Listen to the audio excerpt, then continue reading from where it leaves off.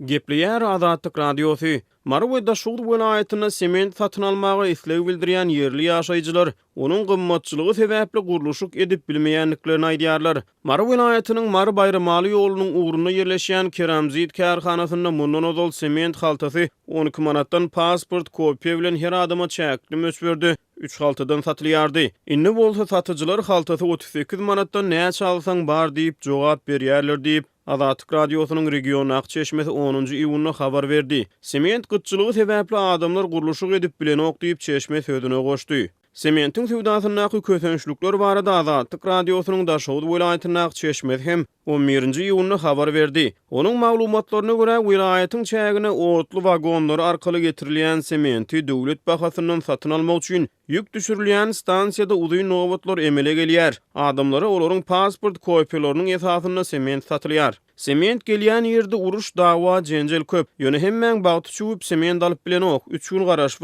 boş gaýdýanlar bar diýip Çeşme aýtdy. Sementin nowatyna gatnaşan Çeşmäniň howpsuzlygyny göz öňünde tutup Azatlyk radiosy ýükün düşürilýän ýerini, sement satyn almak üçin uzy nowatlaryň döreýän ýerini ma'lum edip bilmeýär. Ýöneköy raýatlara 5-10 halta aralygyna sement satylýar. Onuň 50 kilogramlyk bir haltasy 13 manat. Haltalatmak boýa halta gaplatmak üçin 4 manat tölemeli diýip Çeşme aýtdy. Çeşmäniň sözlerine görä Daşowutyň gurulşyk harytlary satylýan hususy dükanlaryna sementin bir haltasy 60-70 manada durýar.